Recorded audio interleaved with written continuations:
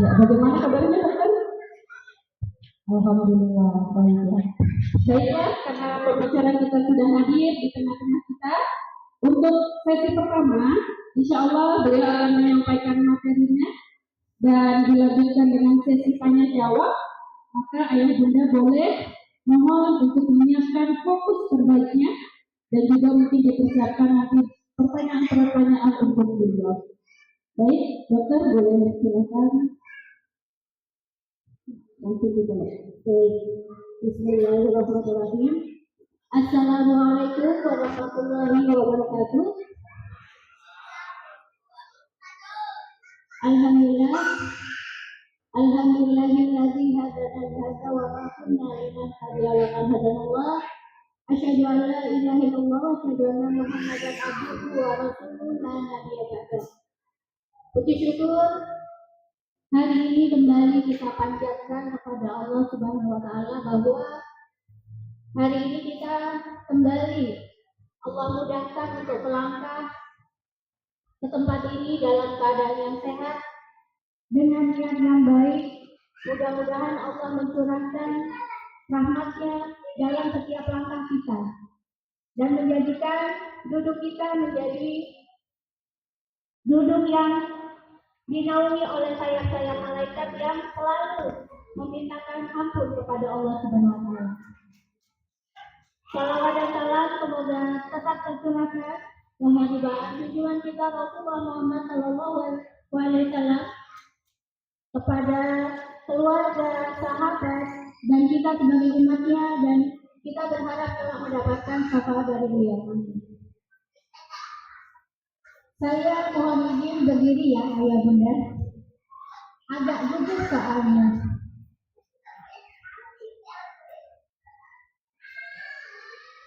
Saya gugup karena saya berdiri di depan arsitek peradaban, ayah bunda yang kelak anak-anaknya akan menjadi penerus perjuangan kita hari ini. Tepuk tangan buat kita semua. Jadi tadi sudah diperkenalkan ya, dan saat diperkenalkan saya memohon ampun kepada Allah atas apa yang mungkin akan menjadi kebanggaan buat hati saya sehingga menjadikan saya sombong. Dan saya berharap hadirnya saya di sini memberikan manfaat yang sebesar-besarnya. Dan saya juga tadi berterima kasih atas doa yang sudah dilantunkan untuk saya. Semoga doa yang sudah dilantunkan juga kembali kepada ayah bunda dan kita bersama mendapatkan kebaikan. Amin. Jadi hari ini saya diberikan amanah yang luar biasa yang seharusnya ini memang menjadi dasar kita untuk menjadi orang tua. Tadi dibilang kepala sekolah bahwa menjadi orang tua tidak ada sekolahnya. Kalau materi parenting saya rasa sudah biasa ya, bisa dibaca di artikel di internet, di YouTube, di Instagram, bahkan sekarang di WA itu ada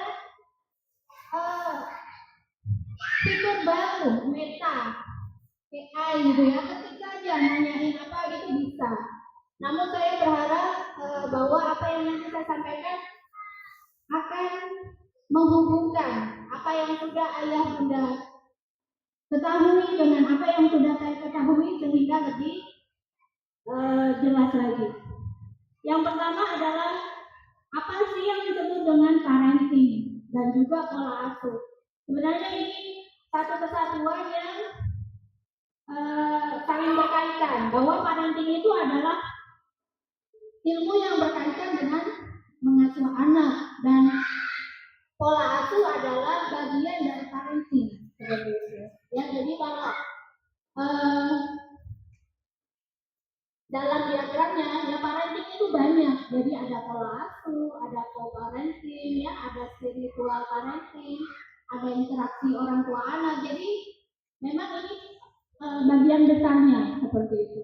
Namun sebelum saya bicara tentang pola asuh, saya akan memberikan gambaran tahapan-tahapan sebenarnya manusia secara umum ya lalui dalam kehidupannya sampai dia membentuk satu karakter atau kepribadian, sehingga nanti ketika jenis-jenis pola asuh yang saya paparkan itu akan ada benang merahnya, sehingga akan lebih mudah memahami apa yang nanti akan saya lakukan. Nah, tahapan perkembangan sosial emosional menurut teori Erik Erikson ya yang membahas tentang bagaimana anak dari 0 bulan sampai orang tua itu mempunyai tahapan fase-fase perkembangannya dan juga tugas-tugas perkembangannya. Kalau tugas perkembangan pada setiap fase itu tidak dicapai, maka akan ada konsekuensinya seperti itu. Coba lanjut saja ya.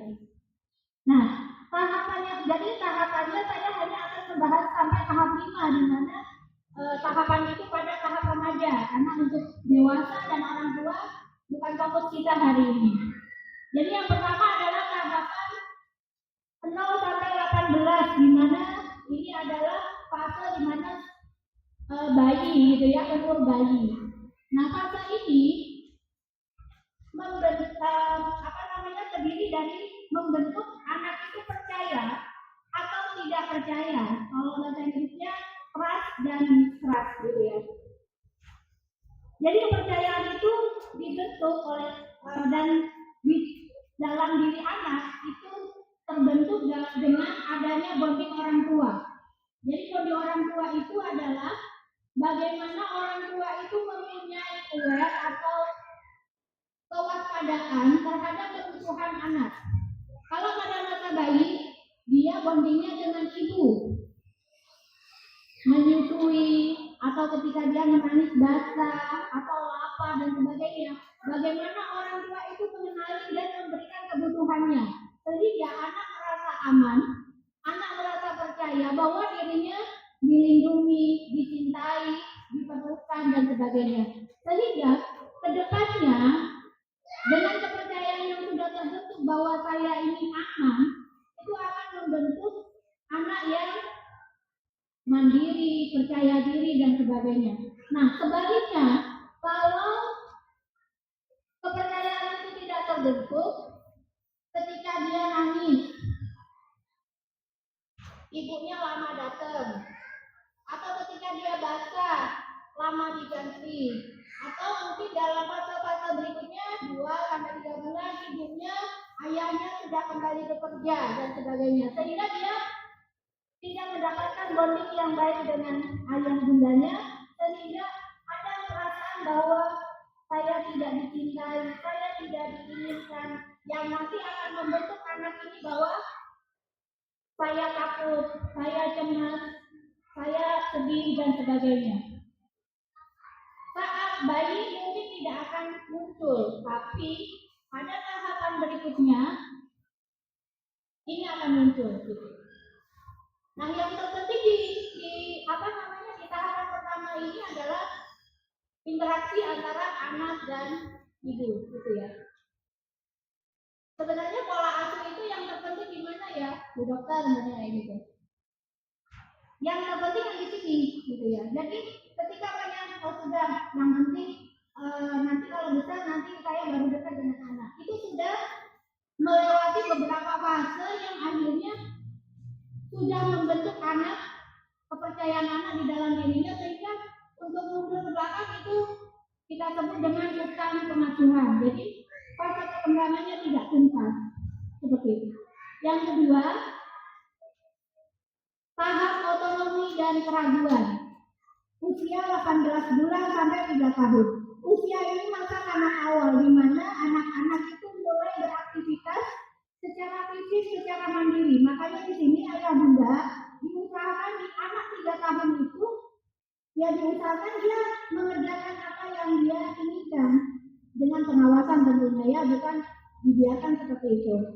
Ketika dia mau makan sendiri, mau ke kamar mandi sendiri, pakai baju sendiri, tidak usah dibantu. Karena di sini tugas perkembangannya adalah beraktivitas untuk mencoba sesuatu.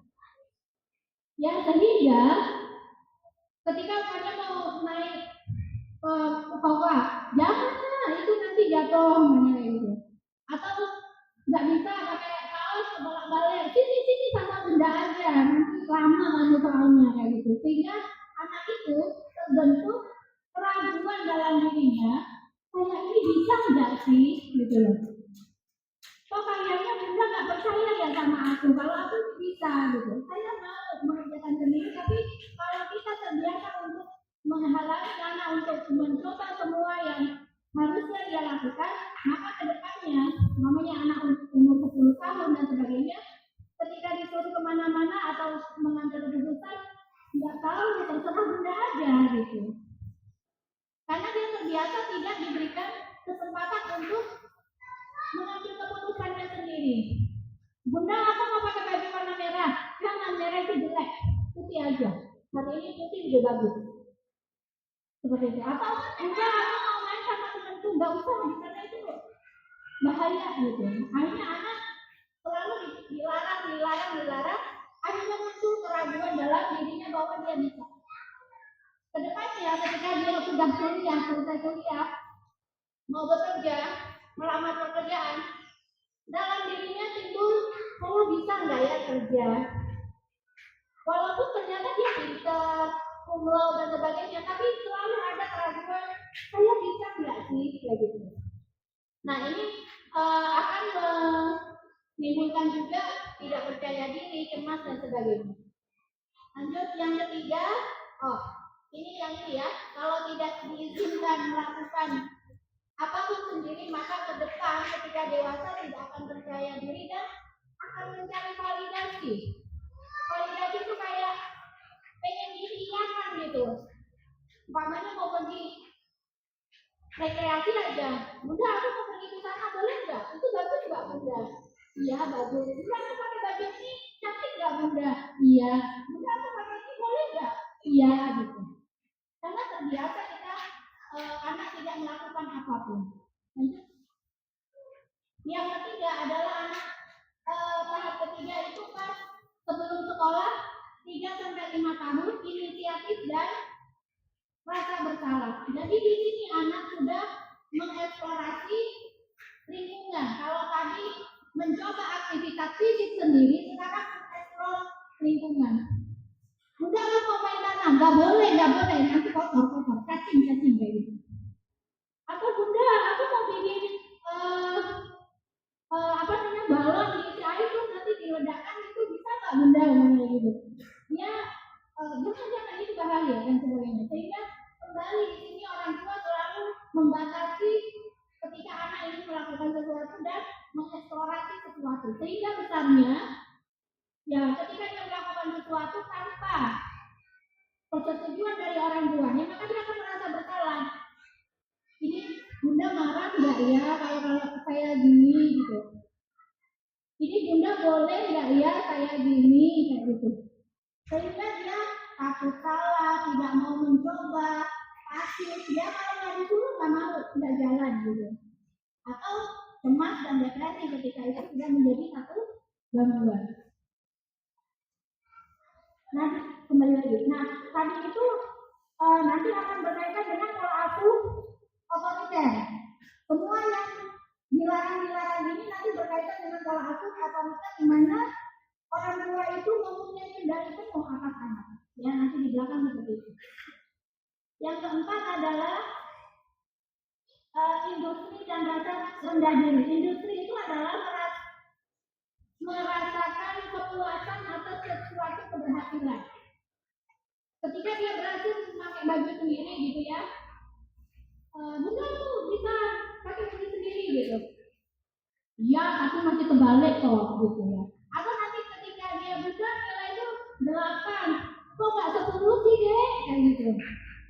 Ya, jadi anak dia tidak merasa berpuas diri dengan apa yang didapatkannya.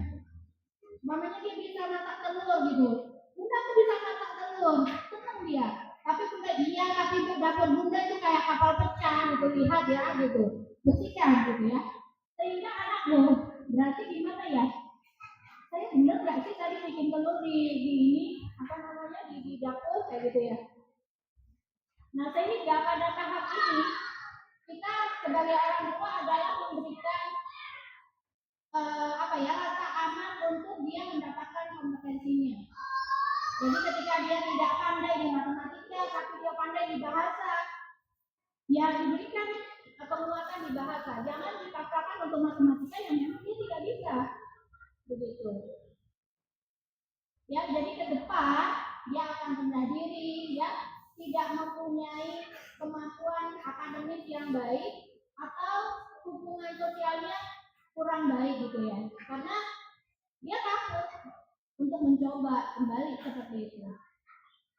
Yang terakhir adalah tahap yang kelima, terbentuknya identitas dan juga kekeliruan identitas gitu. Makanya di umur ini 13 tahun biasanya mulai nampak tuh bibit-bibit yang selama 0 sampai 12 tahun hanya dipendam dalam diri anak yang selama ini aku nggak mau ngomong sama bunda kalau saya nggak suka kayak gitu ya. Dia masih bisa memendam itu, tapi mulai kelas 1 SMP, 2 SMP, bahkan mungkin di awal-awal 1 SMA mulailah anak-anak itu mempunyai rasa yang selama ini dia tidak kenali. Kok saya kalau ketemu orang lain saya nggak pede ya, disuruh maju nggak pede ya, disuruh ini nggak mau, takut salah, cemas dan sebagainya. Itu mulai ada di kelas 2 SMA atau di akhir SMP. Karena terbentuklah kepribadian yang sudah tidak bisa mundur lagi gitu, karena utang-utang perkembangan tadi tidak selesai. Jadi tadi sudah terbentuk, tidak merasa dicintai, tidak merasa disayangi, tidak diperlukan. Nah, itu sudah terbentuk mengkristal gitu ya. Masih bayi, anak-anak sekolah itu masih tipis namanya, itu kan hanya bertahap ya. Kalau sudah tahap yang kelima ini sudah lebih tebal dan sudah mulai bergejala seperti itu. Anak saya itu penurut dokter. Penurut itu dalam tanda kutip harus dirunut. Penurutnya kenapa nih? Karena takut bundanya atau apa? Kalau takut bunda hati-hati gitu ya. Kalau takut ayah hati-hati karena ini bisa saja bukan penurut yang benar bahwa dia ingin berbakti kepada orang tua. Tapi ada sesuatu yang dia simpan bahwa kalau hanya saya mengeksplorasi apa pendapat saya dimarahin sama bunda. Saya tak mau dimarahin, jadinya saya menurut saja seperti itu. Nah ini ya, kalau tadi itu tahapan perkembangannya, ini saya hubungkan dengan tahapan pola asuhnya. Yang pertama ketika bayi, tahapan pertama untuk pola asuh itu adalah sebelum dia lahir. Sudah di dalam kandungan, sudah positif dan sebagainya. Sehingga asupan gizi, kesehatan, penerimaan dari kedua orang tua itu sangat berpengaruh besar. Walaupun mungkin itu kayak nggak berpengaruh, tapi itu masuk dalam diri anak. Ya, jadi ada umpamanya anak ketiga atau anak ketujuh sebenarnya udah nggak pengen punya anak tuh, tiba-tiba dia hadir gitu. Kok hamil lagi ya saya? Ini bagaimana ini gitu ya? Saya nggak tahu sebenarnya. Itu masuk bunda ke bawah sadar bawah sadarnya anak bahwa bunda saya nggak mau saya. Sehingga mungkin ketika anak seperti itu akhirnya malas posyandu, ya, malas minum pil, minum vitamin dan sebagainya. Secara gizi dia nggak berkembang, mendapatkan asupan sehingga nanti tidak berkembang dengan secara organisnya, secara fisiknya. Padahal mentalnya juga sudah meresak itu ketidakmauan dari bunda dan juga ayah. Kemudian yang tahap yang kedua itu dari 0 sampai 6. Jadi pola asuh di sini berkaitan dengan kepercayaan, otonomi dan inisiatif yang tadi pada tahap yang sebelumnya tadi. Jadi di sini anak sudah perkembangan di umur ini adalah dia bisa jalan sendiri, dia makan makanan padat, belajar membicara, buang air besar dan kecil sendiri, ya, belajar tentang perbedaan jenis kelamin. Kalau tugas perkembangan ini sampai 6 tahun tidak didapatkan, maka itu akan menjadi utang pada fase berikutnya. 6 tahun belum bisa makan sendiri karena selalu disuapin sama bunda. Ya, umur 6 tahun dia belum tahu cebok sendiri umpamanya, karena selalu dibantu sama bunda. Nah, jadi pada tahapan sekolah asuh ini, ya, jadi yang tugas perkembangan ini berkaitan dengan yang tadi. Nah, kita usahakan, jadi yang anak sebelah itu adalah apa sih yang harus kita lakukan pada fase ini adalah menstimulasi atau memberikan rangsangan ya, atau merangsang kemampuan anak dengan memeluk ya, mengusap, bicara ya, komunikasi, kemudian memberikan sentuhan, pujian ya, kemudian melindungi dari bahaya. Maka ketika ini dilakukan oleh ayah bunda pada fase ini, maka 3 yang di atas itu dapat gitu ya. Fase perkembangannya terpenuhi, fase kepercayaannya ya, tugas dari tahapan sosialnya juga dapat kayak gitu. Jadi yang tahap ketiga ini nanti berkaitan dengan tugas perkembangan 7 sampai 18 tahun, di mana anak sudah punya keterampilan fisik ya, karena sudah 7 tahun itu kan dia sudah harusnya bisa melakukan aktivitas sendiri sampai 18 tahun. Jadi dia sudah bisa masak, mencuci, ya, menyapu dan sebagainya, harusnya bisa sendiri. Main bola, naik sepeda, ya itu sudah bisa harusnya. Kemudian dia sudah bisa menyampaikan keinginannya, pendapatnya, seperti itu harus sudah bisa di usia sebelum 18 tahun ini. Nah, di sini akan berkaitan dengan industri tadi, merasa puas dengan sesuatu yang sudah dilakukan, dan juga pembentukan identitas diri yang baik, yang matang gitu ya, hampir matang kayak gitu.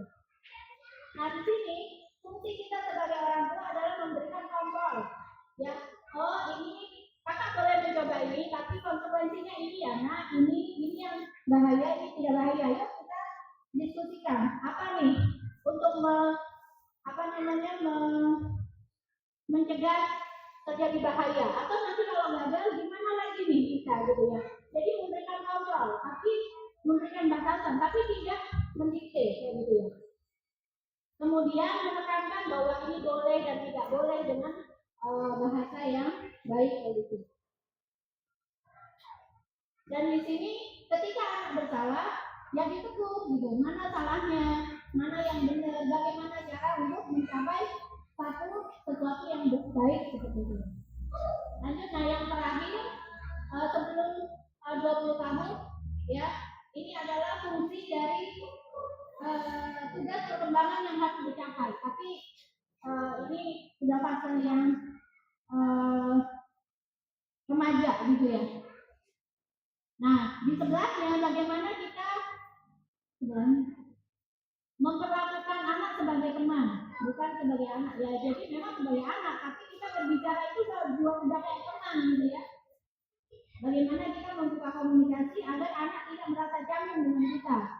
Kemudian menjadi pendengar yang baik. Di sini sudah tidak bisa kita bilang nggak bisa, nah itu karena anak sudah dari luar, dia mendapatkan banyak sekali masukan dari luar, sehingga kita harus dengarkan dulu benar nggak persepsinya. Kalau salah yuk kita cari yuk yang benar, yang kayak ini loh kak, kayak gitu ya. Dan terus mengawali perubahan dari kejiwaan yang karena di sini dia sudah berinteraksi dengan teman sebaya, dengan lingkungan di luar, sehingga pengaruh dari luar itu sudah sangat besar. Kenakalan remaja, narkoba, ya pergaulan bebas, ini sudah mengintai anak-anak kita. Ya, saya sedikit memberikan rumus ya, yang kalau dari diberikan panduan oleh Ali bin Abi Thalib itu bahwa 7 kali 3, jadi 7 tahun pertama ya, kemudian 7 tahun kedua, dan juga 7 tahun ketiga.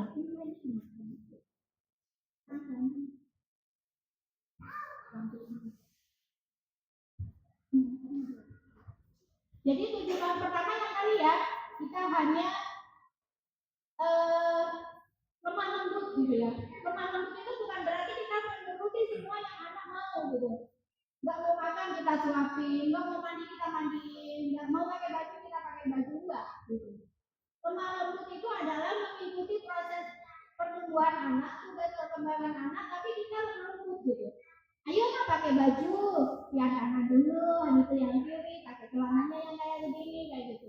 Sehingga anak mencoba semua tugas-tugas perkembangannya tadi gitu. Lemah lembut itu bukan berarti menuruti semua yang dia mau.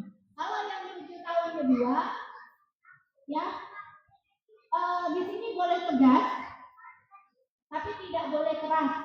Tegas itu nggak keras ya ayah bunda. Jadi tegas itu ini boleh, ini nggak boleh nak, ini boleh. Tapi bukan kasar. Nggak boleh itu. Kamu nggak tahu itu kayak itu. Jadi tegas itu berbeda dengan keras. Nah, yang kalau untuk yang 7 tahun ke 3 itu adalah bermusyawarah. Tadi ya, yang fase tahapan keempat bahwa termasuk sudah pembentukan identitas anak, sehingga memang bermusyawarah itu menjadi jalan untuk anak terus mengembangkan kepribadiannya. Nah, sekarang kita menuju kepada apa sih pola asuh itu, ya.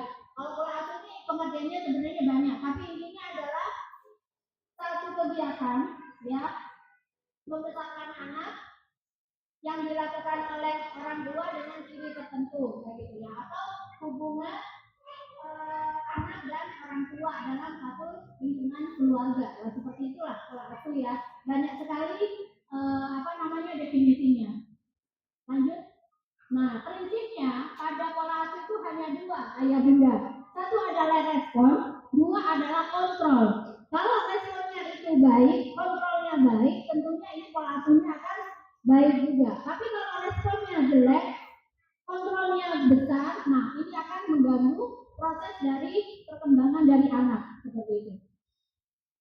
Nah ini ya, saya kasih panah. Jadi yang pertama ini tuntutannya. Jadi nanti ada pola asuh itu ada 4, yaitu permisif, ya, memberikan semua yang anak mau anak. Kemudian ada yang permisif mengabaikan, yang di atas itu permisif yang tidak ikut ya, tidak berkontribusi gitu ya. Yang di atas itu adalah permisif memanjakan, jadi semuanya diberikan. Kalau yang sebelah kanan itu adalah demokratis, ya. Kemudian yang di bawahnya itu otoriter. Semakin ke sini panahnya, berarti kontrolnya atau tuntutan dari orang tua itu semakin besar. Otoriter itu kontrolnya besar, responnya kecil.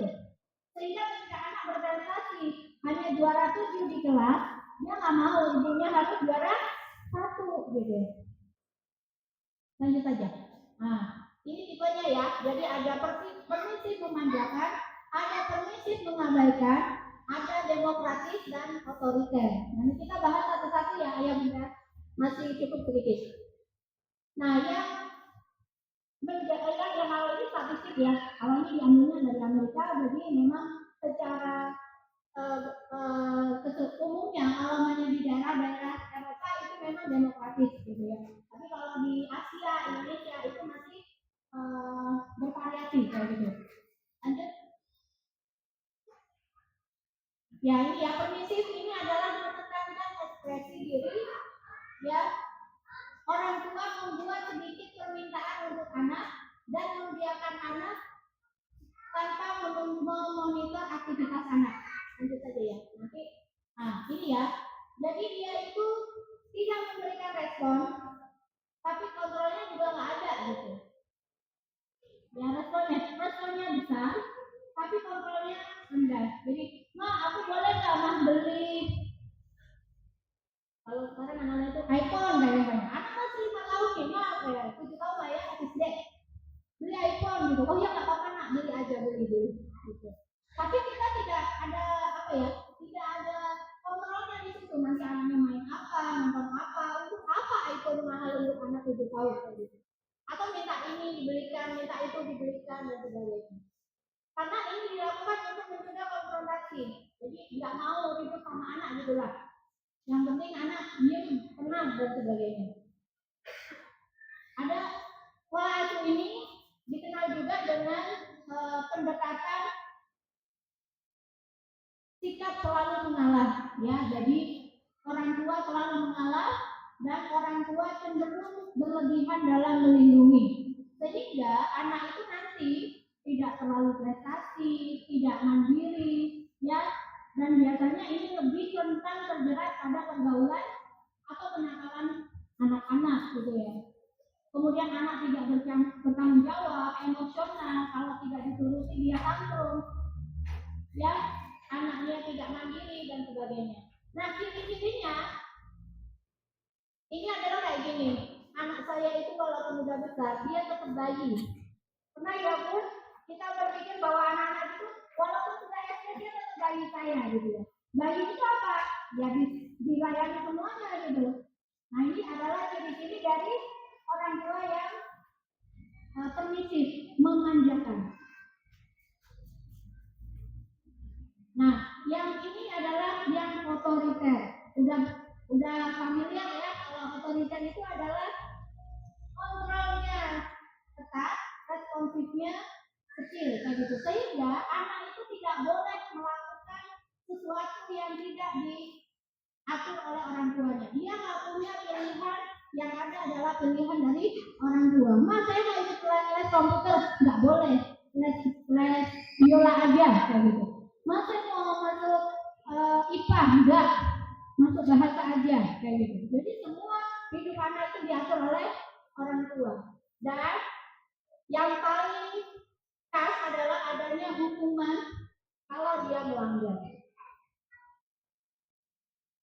Nah, ini ya, jadi responnya sedikit, kontrolnya tinggi, orang tua membentuk, mengendalikan, mengevaluasi seluruh perilaku anak, dan menuntut harus mengikuti apa yang orang tua inginkan. Ini pola asuh ini juga disebut dengan pendekatan selalu menang.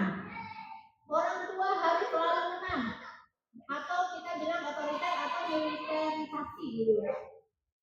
Dan ini sikapnya itu orang tua seperti komandan kepada anak buahnya. Ciri-cirinya adalah kau harus, nggak boleh, tidak bisa, kemudian dibandingkan, sehingga itu menyinggung perasaan anak. Sehingga faktor-faktor sosialnya tadi yang nggak bisa berkembang, dia nggak bisa percaya, dia nggak bisa industri, dia nggak bisa otonomi, ya, dia nggak bisa inisiatif, dan identitasnya nanti nggak terbentuk dengan baik, sehingga dia bingung nanti sebenarnya saya ini siapa ya. Ya, jadi anaknya bisa takut, ya, kemudian cemas, sedih dan sebagainya. Nah, kalau pada saat anak dituntut terus, ya, oleh orang tua, maka pada saat dewasa dia ingin selalu menyenangkan dan meminta validasi orang lain. Jadi kayak gini, anak itu sudah dituntut, anak dikasih aturan, kamu harus juara satu ya nak, gitu. Kalau enggak, mama nggak sayang. Gitu. Jadi anak itu dalam dirinya tumbuh bahwa saya harus juara satu agar orang tua saya senang, kayak gitu. Sehingga nanti ketika dia dewasa atau dia remaja, dia selalu seperti itu kepada orang lain. Jadi dia selalu ingin tampil, selalu bisa di depan orang lain agar egonya dia tidak terinjak, ya, bahwa tadi saya dimarahin, saya nggak disayangi dan sebagainya, itu tidak tertrigger, sehingga perasaan tidak nyaman ketika dimarahi itu dia lindungi dengan perilaku bahwa saya harus selalu bisa di depan orang lain, gitu. Ya, jadi kalau orang tua otoriter bilang sudah jangan nangis, anak laki-laki kok cengeng, kayak gitu ya. Nah, pada saat kita bilang seperti itu, maka perasaan yang sedihnya, marahnya, emosinya terendam semuanya. Ada satu waktu ketika ada pemicu, umpamanya ada saat dia skripsi nggak selesai, meledaklah emosi ini karena dari bawah sadarnya udah menumpuk. Nah, akhirnya dia depresi, cemas dan sebagainya. Nah, ini yang ketiga, demokratis, ini yang paling baik, ya. Jadi nggak menang dan juga nggak kalah. Orang tuanya bisa tegas, tapi dia juga bisa memberikan arahan yang diajak komunikasi dan sebagainya. Ini yang paling baik. Ya sehingga kita berharap dengan pola asuh ini anak kita berkembang sesuai dengan tahapan emosionalnya. Kayak gitu. Ya responnya bagus, kontrolnya juga bagus. Selalu mengedepankan komunikasi. Ya biasanya hukuman itu minimal saja untuk hal-hal tertentu yang memang tidak fatal gitu. Nggak sholat ya atau mungkin nggak menutup aurat itu harus dikasih batasan tegas bahwa ini yang nggak boleh dan boleh. Tapi kalau masih di luar itu yuk kita diskusi lagi. Kalau memang nggak bisa gimana ya caranya nggak bisa gitu. Nah ini ya jadi tidak kalah tidak menang kayak gitu. Ciri-cirinya adalah aku, kami, ya kemudian Anda. Jadi tidak ada itu yang tadi kau harus tidak boleh dan sebagainya bukan pada diri demokratis ini gitu ya. Pada efeknya kepada jiwanya nanti adalah anak menjadi punya sosial yang baik ya, beradaptasi dengan baik, mandiri dan juga pada anak-anak yang seperti ini kognitifnya atau kepintarannya berkembang dengan cukup baik gitu ya.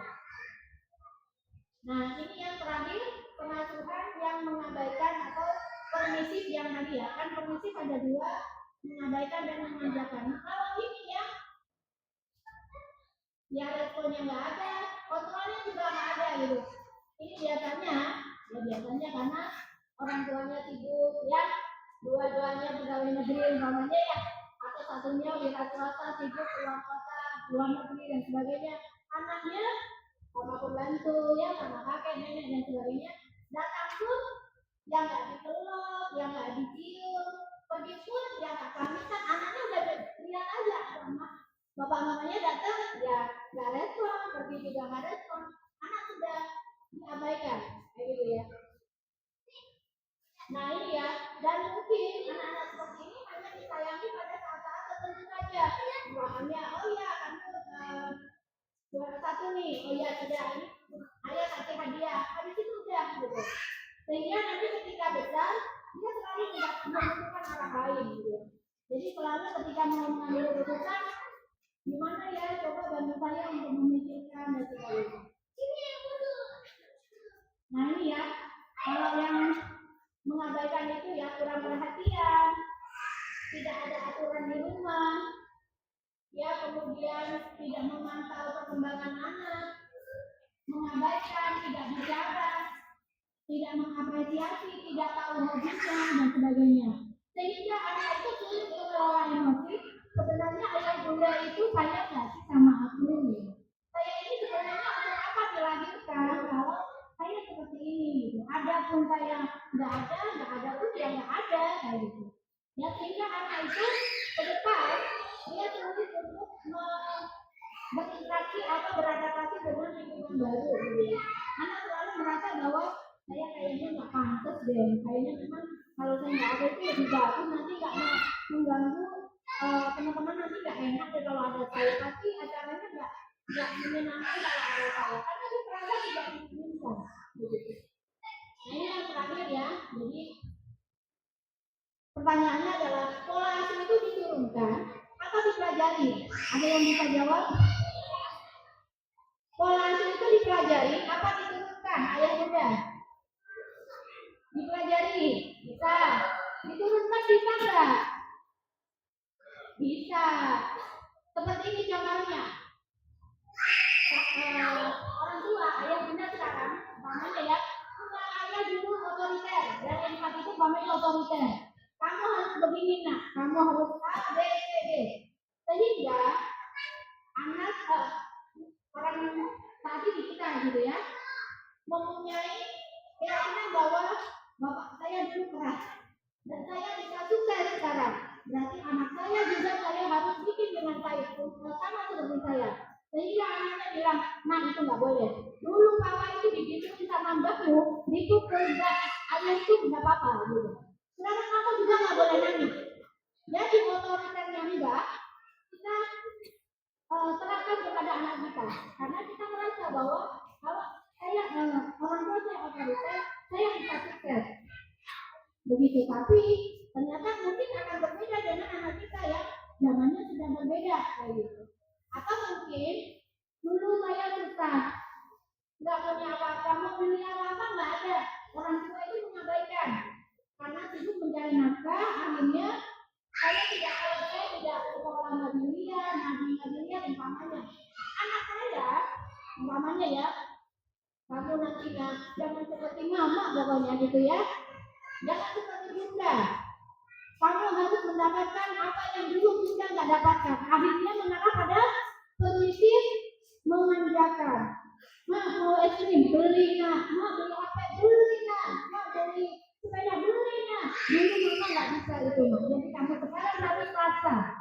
Sehingga anak ya seperti tadi ya, padahal kita menjadi sekarang ini adalah bisa saja karena kesulitan yang sudah kita dapatkan dari pengasuhan orang tua kita. Memang ada yang baik, sisi baik, ada sisi negatif. Tapi kalau kita bisa mengambil sisi baiknya, maka kita akan bisa mengambil hikmahnya kayak gitu. Tapi kalau kita melihat sisi negatifnya, sehingga kita tidak mau itu jatuh pada anak kita, maka kita jatuh pada tidak memberikan kesulitan untuk anak, di mana anak itu akhirnya nggak bisa beradaptasi dengan lingkungan di luar keluarga. Nah ini yang banyak sekali terjadi pada generasi sekarang yang dibilang dengan generasi strawberry, cantik, indah, lebat gitu ya. Tapi ketimpa sedikit, itu pun sedikit memar, sobek dan sebagainya. Itulah generasi yang dia tidak pernah ditemukan dengan kesulitan karena selalu difasilitasi oleh kedua orang tuanya. Nah yang terakhir ya, bagaimana sih pola asuh yang maksudnya mungkin ini tantangan buat kita semua ya. Jadi tidak ada yang salah, tidak ada yang benar. Karena yang tadi saya bilang kalau di Eropa keluarga inti itu adalah yang keluarga inti yang mengasuh anak, ayah dan bundanya. Ya, sehingga ayah dan bunda itu punya otonomi atau mau apa pola asuhnya. Tapi kalau di Asia dan Indonesia itu keluarga besar yang mengasuh anak, benar ya? Ada kakek, ada tante, ada om, ada nenek, ada buyut kayak gitu ya. Sehingga orang tua yang asli dari anak ini bingung. Nah kamu jangan kayak gitu, banyak udah apa anak kecil kok ya mau dibikin apa gitu ya. Sehingga anak itu bingung. Kalau nanya dia marah bunda dia ke nenek ya. Kalau marah sama ayah dia ketika nggak boleh kasih jajan sama bunda, perginya ke nenek. Itu kan ini bebas gitu ya. Jadi tidak ada aturan. Nah ini ada video sebenarnya ya, tapi mudah-mudahan bisa jalan.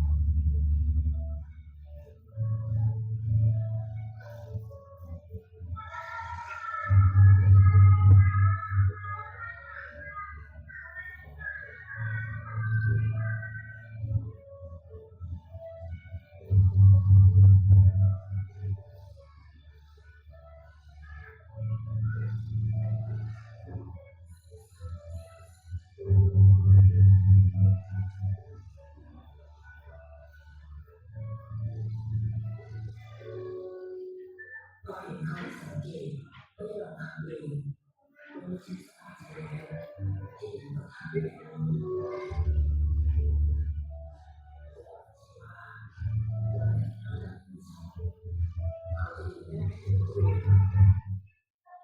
seperti itu ya, ya Bunda. Peran kita sebagai orang tua itu sudah mengarahkan anak. Ketika dia menghadapi kesulitan, kita nggak perlu langsung memberikan solusi pada anak. Cari lagi, nah, apa yang bisa kamu lakukan? Coba contoh dari luar sana bagaimana cara berjualan. Sehingga anak kemudian menemukan inisiatifnya, kreativitasnya, sehingga dia mampu berjualan, laris, dan akhirnya dia mendapatkan tadi industri, kepercayaan diri bahwa saya bisa. Ibunya tadi juga bilang, wah ini jualan tuh nggak laku Sobana, kamu ke pasar saja, lihat bagaimana pedagang itu berjualan. Anaknya kemudian ke pasar melihat sekelilingnya, oh seperti itu ya. Akhirnya dia menemukan ide untuk mengikuti dan akhirnya dia berhasil. Tidak ada bilang anak kamu sih nggak begini, tidak ada gitu ya. Orang tua hanya bisa mengarahkan, ini boleh, ini coba, ini salah, ini bahaya, seperti itu. Ya, yang terakhir bahwa warisan yang bisa kita berikan pada anak itu bukan harta. Ya, yang pertama adalah keimanan kepada Allah Subhanahu wa taala, kemudian kemandirian, tanggung jawab, keberanian, kemudian kemampuan menyelesaikan masalah, percaya diri dan tahan batin, sehingga anak ini akan mampu hidup ketika dia sudah tidak bersama dengan orang tuanya. Mungkin dari saya seperti itu, kurang lebihnya mohon maaf.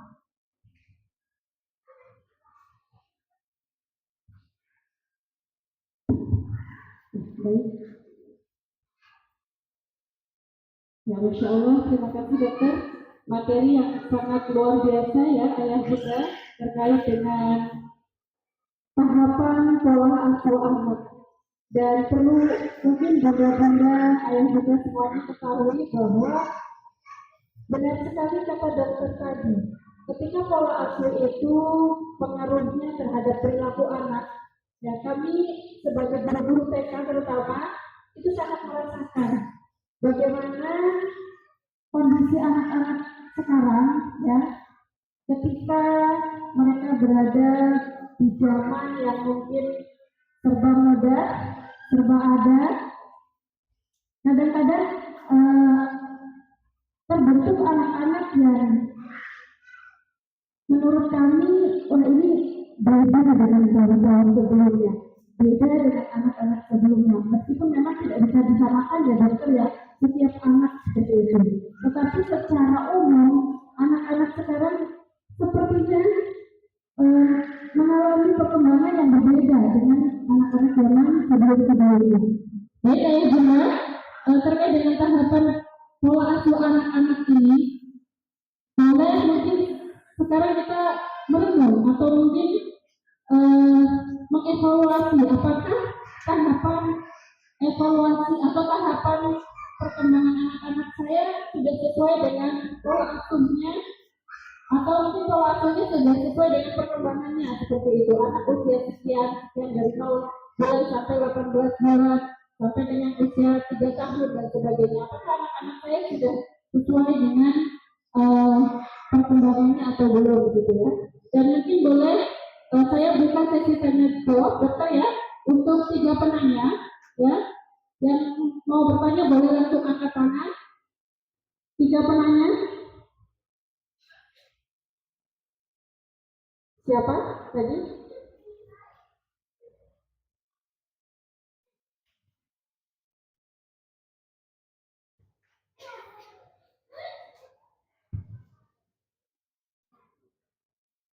Assalamualaikum warahmatullahi wabarakatuh.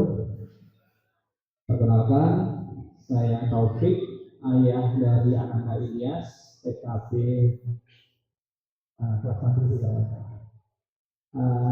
Izin Bu Dokter bertanya. Jadi tadi sudah dijelaskan terkait mungkin kepercayaan orang tua sama anaknya ya, yang di fase 1 atau fase 2 gitu. Jadi bagaimana menumbuhkan kepercayaan kita sebagai orang tua terhadap anak yang artinya yang dia bisa melakukan sesuatu gitu. bahwasanya nggak akan berbahaya jika anak itu melakukannya gitu. Jadi saya sendiri kadang merasa belum percaya gitu untuk anak itu melakukan sesuatu sendiri gitu. Karena apalagi anak masih di bawah umur ya, masih di bawah 7 tahun gitu. Dan itu bagaimana uh, bagaimana melatih menumbuhkan kepercayaan kita gitu. Karena ini penting juga untuk di fase kedua 7 tahun ke 14 tahun fase remajanya, sehingga kalau sudah terbentuk di awal nantinya mungkin akan mempermudah dalam tumbuh kembang di masa remajanya. Seperti apalagi sekarang sudah tahu sendiri perkembangan zaman sekarang itu untuk anak-anak remaja itu luar biasa, sangat perlu diawasi betul-betul. Jadi memang kayak aturan yang mungkin yang kita dapatkan dulu ya, otoriter itu memang cocok juga untuk diterapkan juga dalam kondisi penegasan dunia sekarang. Tapi kita juga lihat seiring perkembangan waktu juga parenting ini kan juga berkembang juga, tidak otoriter saja yang bisa disampaikan. Jadi harus balance gitu. Ya mungkin seperti itu, Bu Dokter. Terima kasih. Assalamualaikum warahmatullahi wabarakatuh.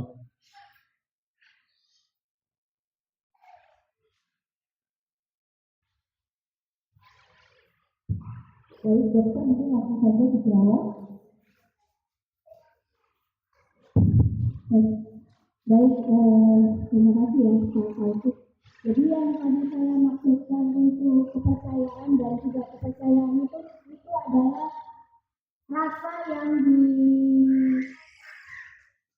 dirasakan oleh anak. Jadi bukan kepercayaan orang tua. Jadi yang tadi saya sampaikan itu adalah trust atau kepercayaan anak kepada orang tua bahwa orang tua itu selalu ada buat dia, sehingga dia merasa aman untuk melakukan segala sesuatu.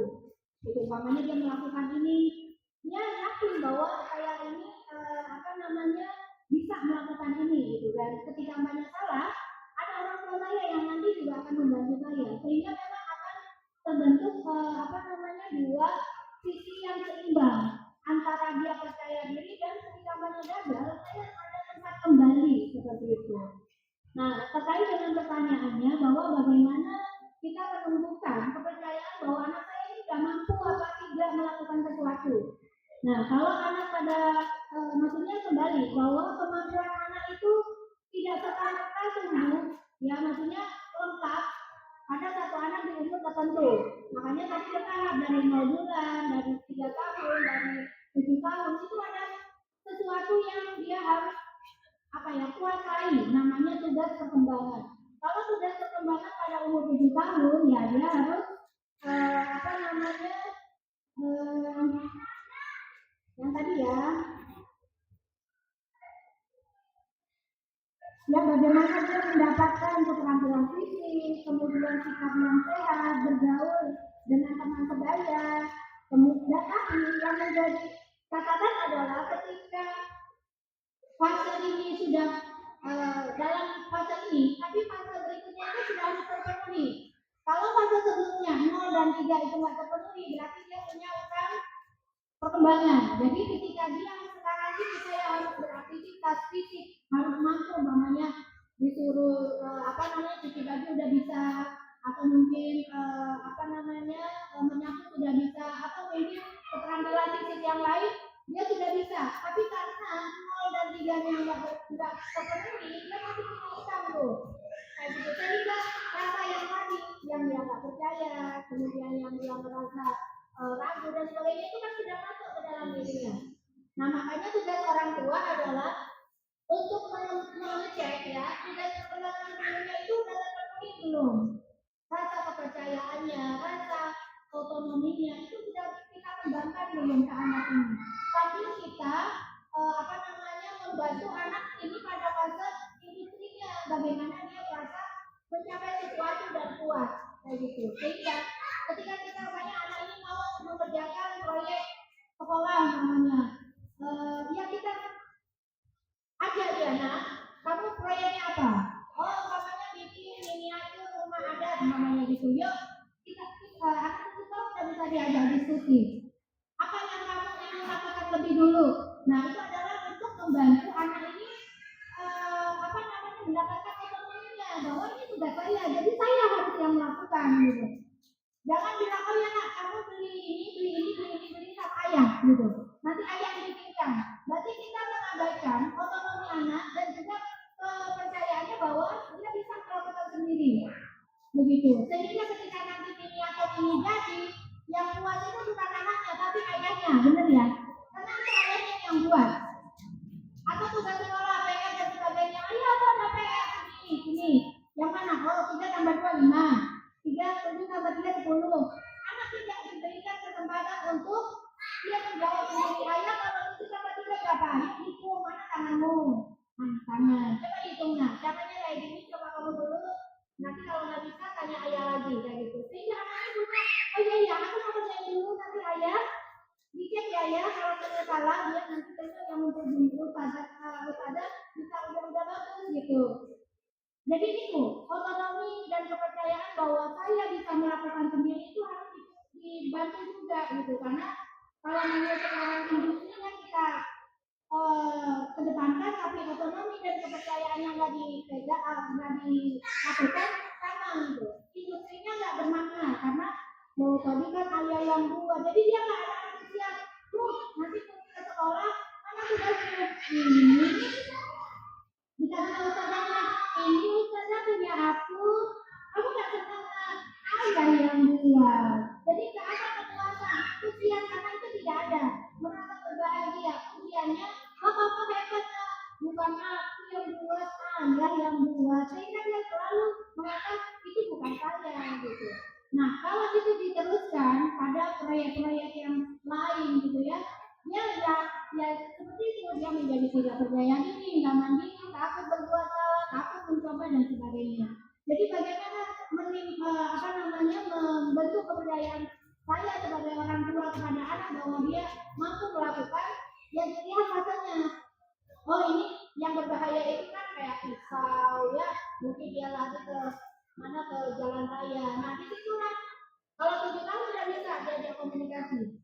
Nah kalau umpamanya jalan raya itu harus lihat kanan kiri dulu karena di situ banyak kendaraan nanti kalau ketabrak itu bisa sakit kayak gitu. Jangan begini kamu jangan ke jalan raya nanti kamu benar-benar baru tahu rasa. Nah anak tidak tahu apa itu sebenarnya yang tadi dibicarakan oleh ayah saya karena nggak boleh pakai jalan raya nanti ketabrak tahu rasa itu apa anak belum bisa menggabungkan kata-kata namanya kalimat itu gitu.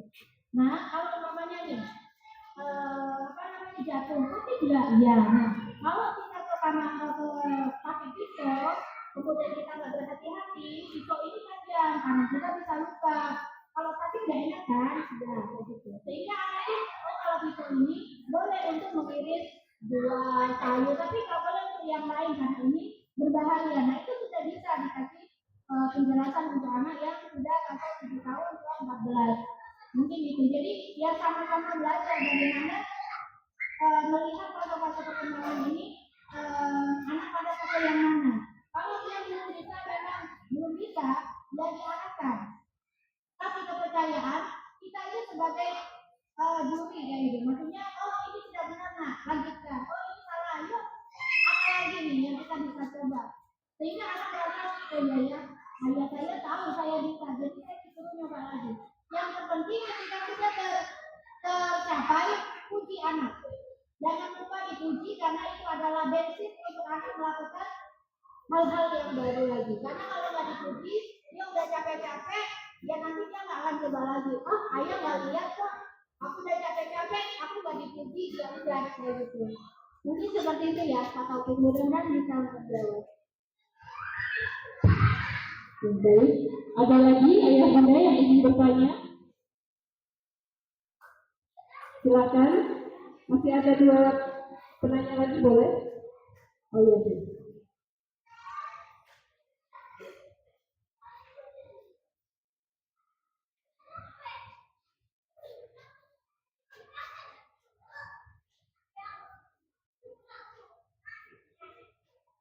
Assalamualaikum warahmatullahi wabarakatuh.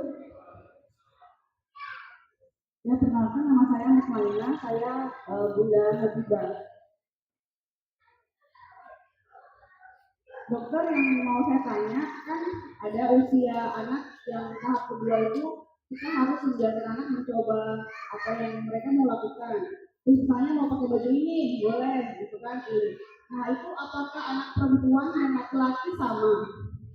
Atau mungkin kita perlu melakukan pembatasan untuk anak perempuan boleh bebas memilih sampai umur 3 tahun, terus umur ke atasnya nggak boleh bebas atau seperti apa? Karena kan pembentukan anak laki-laki dan perempuan ini kan kedepannya beda Bu Dok ya.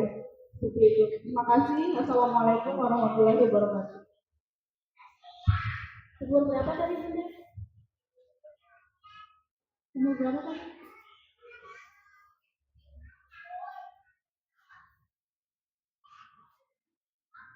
Kalau yang kita bebas tadi kan tahap kedua ya, saya umur 18 bulan sampai 3 tahun ya kalau nggak salah tadi. Nah itu apakah perempuan sama untuk anak laki-laki sama perempuan sama atau ada usia tertentu yang harus berbeda? Baik. Terima kasih Bunda. Jadi terkait dengan laki-laki dan perempuan sebenarnya ini akan berkaitan dengan edukasi seksual ya pada anak gitu. Nah ternyata Islam sendiri itu juga sudah mempunyai panduan untuk edukasi seksual yang menurut syariah yang kita sebut dengan tarbiyah jinsiah gitu ya. Bahwa dari kecil anak itu sudah harus di diperkenalkan bahwa dirinya berbeda dengan jenis kelamin yang lainnya. Kalau dia laki-laki dia berbeda dengan perempuan. Sehingga semua aspek untuk kebutuhan fase perkembangannya ya sesuai dengan jenis kelaminnya. Walaupun mungkin fase perkembangannya tugasnya ini sama, gitu. Tapi ada hal-hal berbeda yang dia harus mengikuti jenis kelaminnya. Umpamanya pakai baju, ya kita kenalkan bajunya ya baju perempuan dan baju laki-laki kayak gitu. Sehingga anaknya tahu dari kecil bahwa saya ini perempuan, saya laki-laki, yang nggak boleh dipegang ini, yang boleh dipegang ini, siapa yang boleh memegang, bagaimana saya mengatakan tidak untuk dipegang. Nah itu sudah harus juga dikenalkan seperti itu. Nah terkait dengan perbedaan jenis kelamin ya akan sangat berbeda gitu ya. Jadi banyak laki-laki lebih ke motor kasar, anak perempuan juga motorik halus. Tapi dua-duanya punya sudah perkembangan bahwa dia juga motorik halus dan motorik kasar, bahasa dan juga sosial. Sehingga ketika memilihkan mainan untuk anak laki-laki ya memang cenderung kepada yang motorik kasar. Kalau anak perempuan yang motorik halus, tapi tidak menutup kemungkinan bahwa keduanya juga harus pernah setidaknya mencoba untuk melakukan motorik kasar, motorik halus kayak gitu. Walaupun mungkin tidak terlalu berkembang, tapi mereka sudah harus distimulasi juga. Begitu. Pun ketika umpamanya dia buang menutup aurat, ya menutup auratnya laki-laki seperti ini, menutup auratnya perempuan seperti ini. Ya memang akan berbeda gitu. Kalau umpamanya ke kamar mandi, ini kamar mandi perempuan, ini kamar mandi laki-laki. Jangan sebaliknya laki-laki ke perempuan, perempuan ke laki-laki. Itu kan kita usahakan dari kecil memang sudah tahu dia jenis kelaminnya apa yang harus dilakukan, apa yang tidak boleh. Disesuaikan dengan tugas-tugas perkembangannya. Kalau banyak keluar ya menutup aurat itu adalah bagian untuk menjaga anak dari bahaya dan keluar ketika nanti dia besar. Menjaga dirinya agar tidak terjadi pelecehan dan sebagainya adalah membiasakan untuk dia punya malu, punya menutup aurat, menjaga diri. Nah itu bagian dari edukasi seksual. Jadi memang ini akan sangat banyak yang terkait. Jadi bukan hanya pola asuh untuk fase perkembangannya, tapi nanti ada edukasi perkembangan bahasanya, perkembangan sosialnya, perkembangan halus kata, dan juga edukasi seksualnya juga udah jalan. Jadi memang tidak sepotong-sepotong. Oh ya nanti sudah besar aja pakai jilbab. Kaget dia, kenapa saya harus pakai jilbab? Karena tidak dibiasakan dari kecil bahwa memakai jilbab adalah menjaga diri saya agar tidak kena bahaya di luar. Dan ini adalah bagian dari perintah yang Allah sudah tetapkan seperti itu. Sehingga ketika mana nanti pakai menurut Allah namanya sudah SMP atau dia tidak kaget lagi. Kenapa sih harus pakai sudah?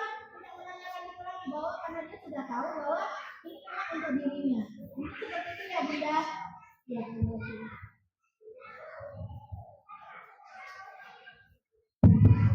Ya, baik. Ada lagi, Ayah Bunda? Ini penanya terakhir ya. Oh, ada dua, dok. Masih bisa, dokter? Boleh. Assalamualaikum warahmatullahi wabarakatuh. Saya yang dari Nisa, ibunda dari Nisa. Saya ingin bertanya dok mengenai anak yang zaman sekarang anak yang sangat sudah kecanduan dengan gadget.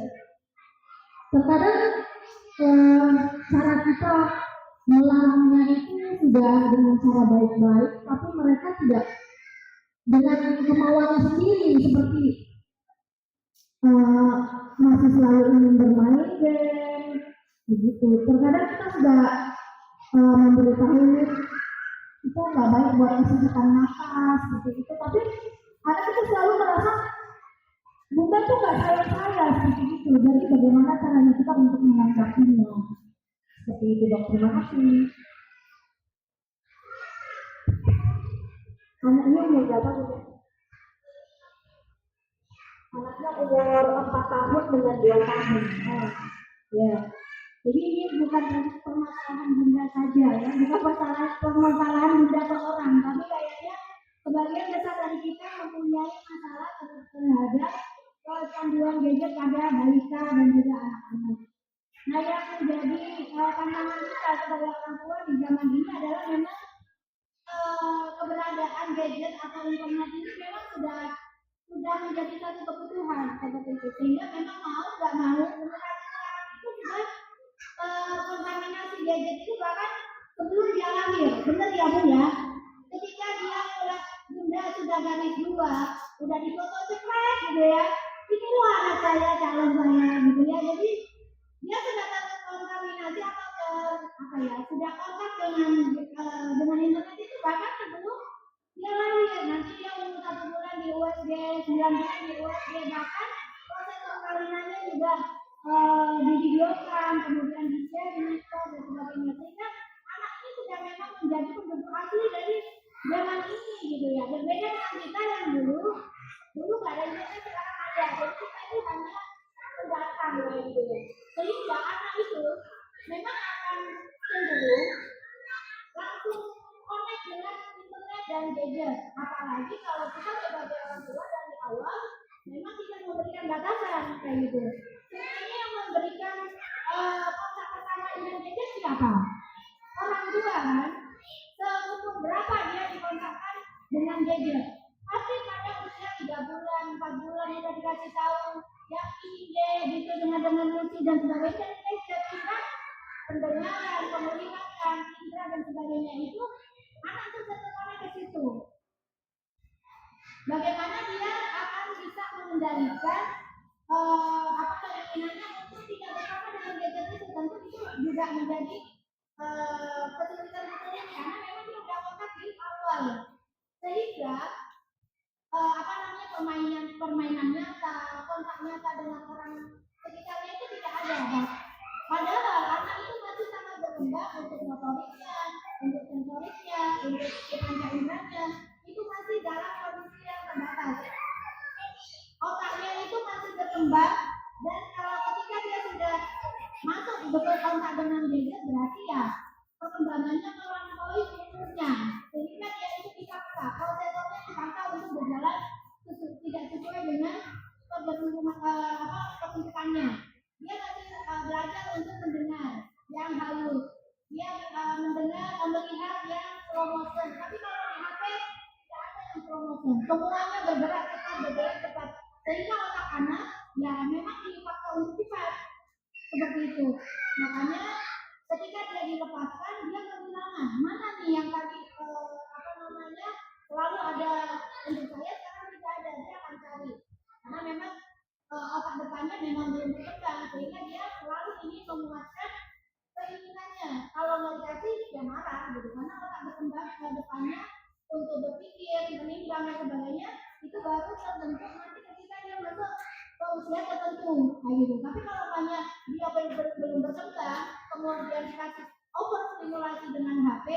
dia nggak berkembang. Makanya nanti ketika diambil dia marah, tantrum, buang-buang, guling-guling. Ya karena apa? Saya mau ini. Dia belum tahu bahwa ini benar ibu saya. Ini tidak bagus buat anak saya. Gitu. Itu dia paham karena otaknya memang belum berkembang. Nah caranya adalah keteladanan dari orang tua di rumah. Bagaimana anak itu nggak pegang HP, tapi kedua orang tuanya pegang HP setiap saat, jelas tidak akan bisa. Kalau memang anak dibatasi, ya ayah bunda juga harus dibatasi karena anak menilai kita. Oh bunda pegang HP, kenapa aku enggak? Bunda itu jahat, bunda itu nggak sayang sama aku, gitu. Bunda cuma sayang kita aja, gitu. Nah, kalau memang berkomitmen untuk mengurangi gadgetnya, semua di dalam keluarga harus berubah. Kakak harus berubah, adik harus berubah, orang tua berubah. Pokoknya semua yang di dalam rumah pegang HP pada saat-saat tertentu dengan batasan-batasan tertentu. Kalau hanya dia tidak tidur, kita memegang HP, ya. Jadi mengatur waktu. Kalau ada anak yang nanti lebih besar, dikasih tahu, diskusi kembali, Kak, yuk, bunda nggak apa-apa, kakak main HP, tapi kita atur ya. Setelah ini boleh kita main. Nanti kita juga akan tahan untuk kita main HP. Jadi kita bermain bersama ya. Nggak mau bunda, aku maunya kan kita bilang 1 jam. Aku maunya 1,5 jam. 1 jamnya saja makan dengan bunda. Tapi 1,5 jamnya boleh dia ada yang sendiri bangun gitu. Sehingga aku mau belajar 1,5 jam aja gitu. Jadi ada negosiasi. Itu tetap akan membantu dia mengambil keputusan, oh ini buruk dan tidak, dan sehingga itu juga akan kasih stimulasi sehingga anak bisa mengambil keputusan bahwa ini tidak baik buat saya. Mungkin ya komunikasi tetap harus menjadi jalan utama dan perlihatkan bahwa memang kita sudah bersungguh-sungguh untuk membantu anak itu lepas dari gadget sehingga kita juga harus berubah, tidak anak saja yang berubah. Mungkin seperti itu ya Bu. Nanti bertahap saja. Umpamanya ya biasanya 5 jam. Diskusi sama ayah, sama kakak, sama bunda. Nah, kalau 2 jam buat anak TK itu kebanyakan. Capek soalnya katanya. Yuk, mau berapa ya kita? 3 jam bunda. Oh ya 3 jam. Tapi ini kita lihat lagi 1 minggu tuh ya. Ya. 1 minggu lagi evaluasi lagi. Maka hebat loh sekarang makanya 3 jam. Sekarang kalau sudah tenang di luar, bisa main ini, tidak hanya dengan HP. Ya kita kurangin lagi loh kak, gitu ya. 2,5 jam ya udah. 1 minggu lagi ya kita coba. Sehingga anak itu tidak tiba-tiba, sehingga anak itu tidak kayak kan itu kayak narkoba ya bunda ya, sakau gitu ya. Meminta gitu, kesenangannya diputus itu juga nggak nyaman anak gitu. Sedangkan pengendalian emosinya kan belum bagus, sehingga tahunya kantong saja.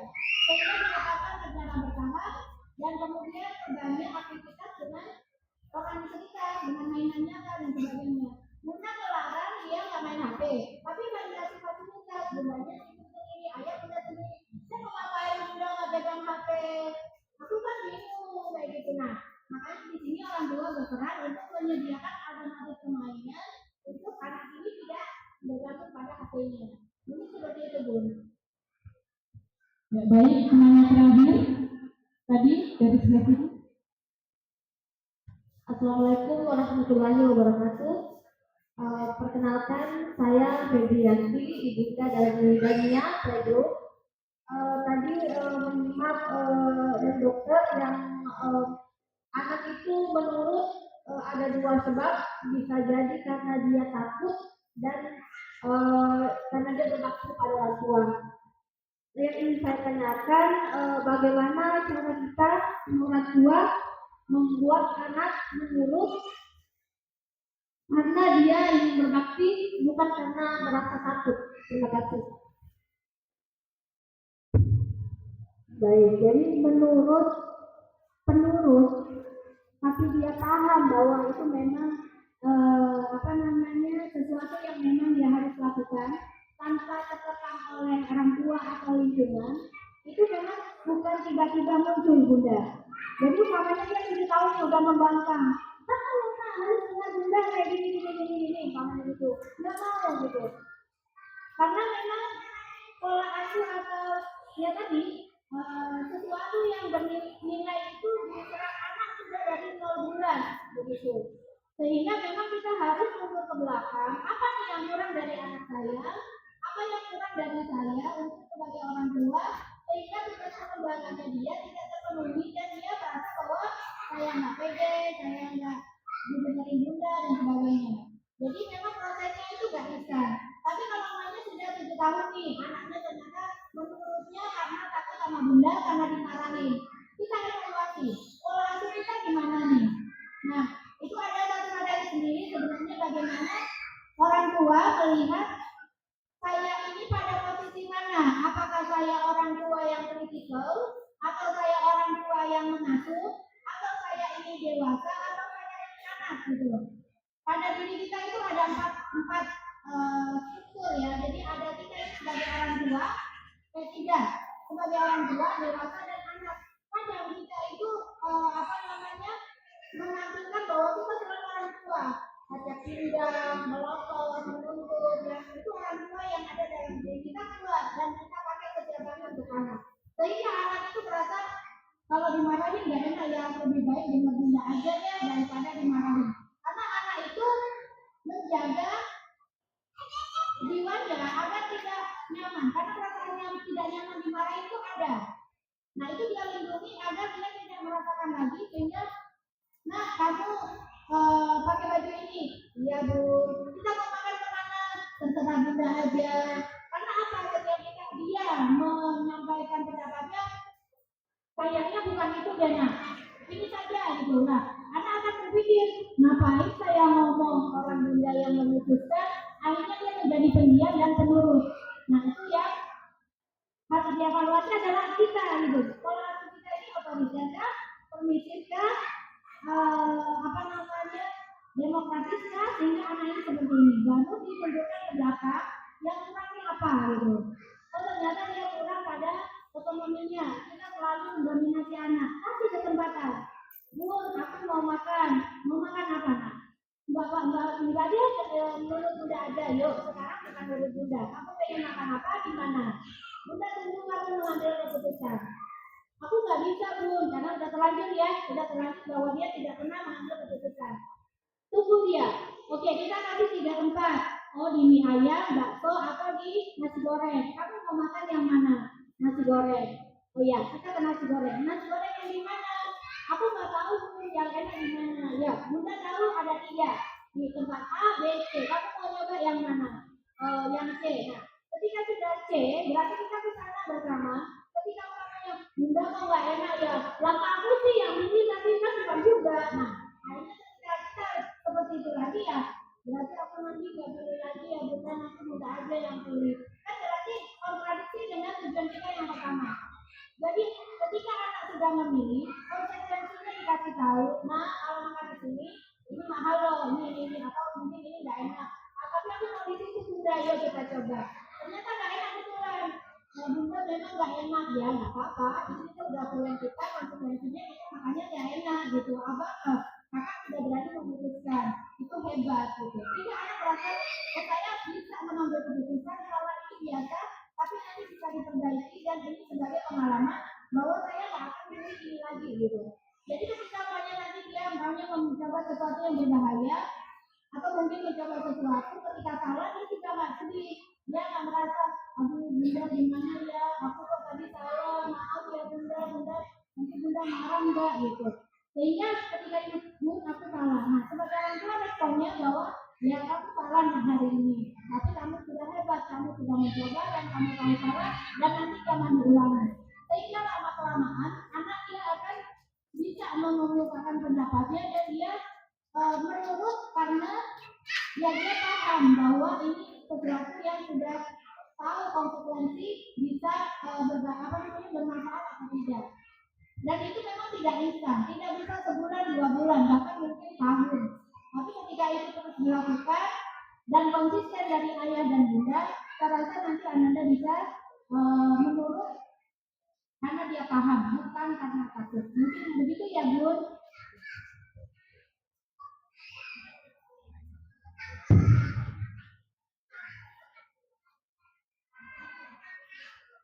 Baik, kita cukupkan untuk sesi pertanyaan dokter.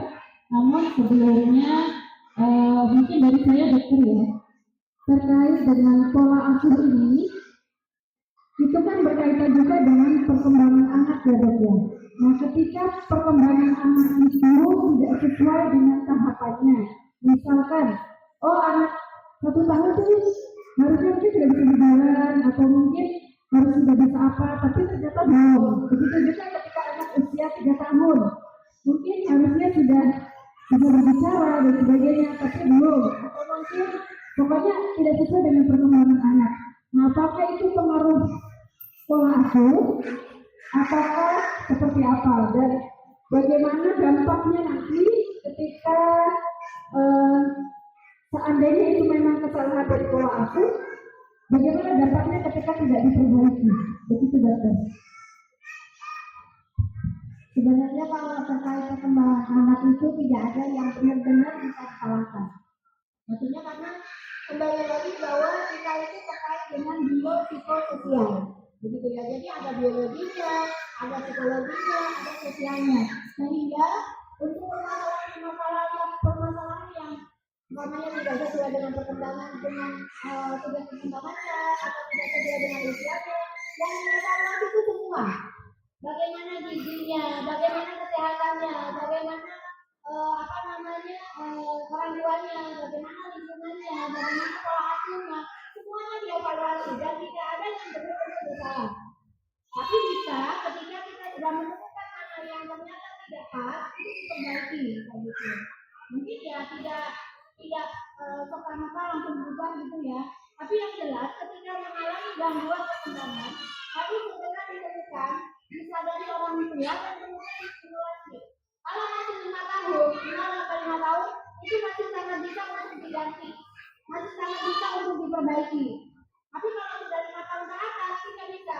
Umpamanya 1 tahun dia belum bisa berjalan. Apa nih yang saya harus stimulasi? Kalau kalau bunda kan yang mau Kaira itu ya, yang warna pink. Nah di dalam itu kalau banyak anak saya belum bisa bicara 3 tahun, apa yang saya harus lakukan? Itu misalnya saya tulis di situ. Atau bagaimana? Oh karena saya 3 tahun harus bisa pakai baju sendiri. Yang dipakaikan nggak belajar pakai baju sendiri, nggak dibantuin sama bunda. Jadi di buku itu bunda itu sudah buku diktatnya orang tua ya, ibu terutama untuk anak mendeteksi dini perkembangan anak. Jadi apakah sesuai ilmu atau tidak sesuai ilmu. Ketika tidak sesuai ilmu, di situ sudah dikasih panduan untuk stimulasi untuk merangsang anak untuk mencapai tugas perkembangannya. Jadi jangan lupa buku kayaannya ya, bentuk. Itu kayak gitu ya. Ya, terima kasih banyak dokter. Ya, apresiasi buat dokter yang sudah membagikan ilmunya. Mungkin boleh tepuk tangan sekali lagi, bunda. Dan juga apresiasi buat ayah bunda yang sudah antusiasme untuk menyimak materi kita pada siang hari ini. Semoga apa yang kita dapatkan bisa menambah wawasan untuk kita, juga bisa menjadikan evaluasi buat kita para orang tua.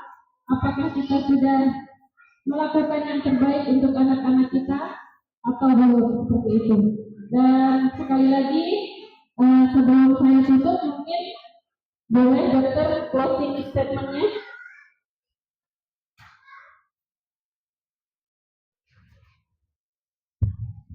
Baik, untuk untuk kita semua ya.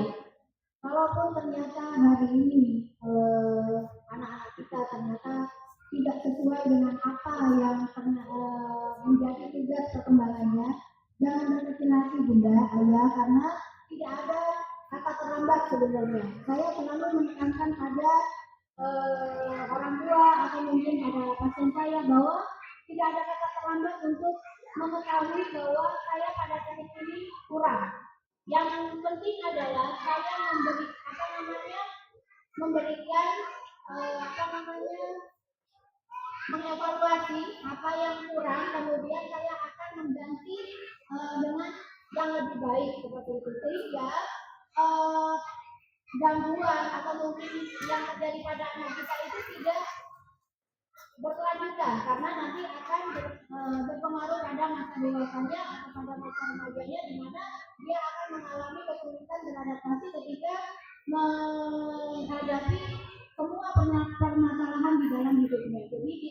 ayah bunda lah mereka ini nanti akan menjadi apa. Jadi teruslah untuk belajar, jangan berkecil hati, salah tidak apa-apa, yang penting tidak diulangi. Mungkin seperti itu, saya mohon maaf kalau ada kesalahan. Wabillahi taufiq wal hidayah. Wassalamualaikum warahmatullahi wabarakatuh. Baik, terima kasih dokter atas ilmunya, dan saya sebagai moderator mohon maaf apabila ada salah-salah kata. Dari saya sekian, wassalamualaikum warahmatullahi wabarakatuh. Saya kembalikan ke MC.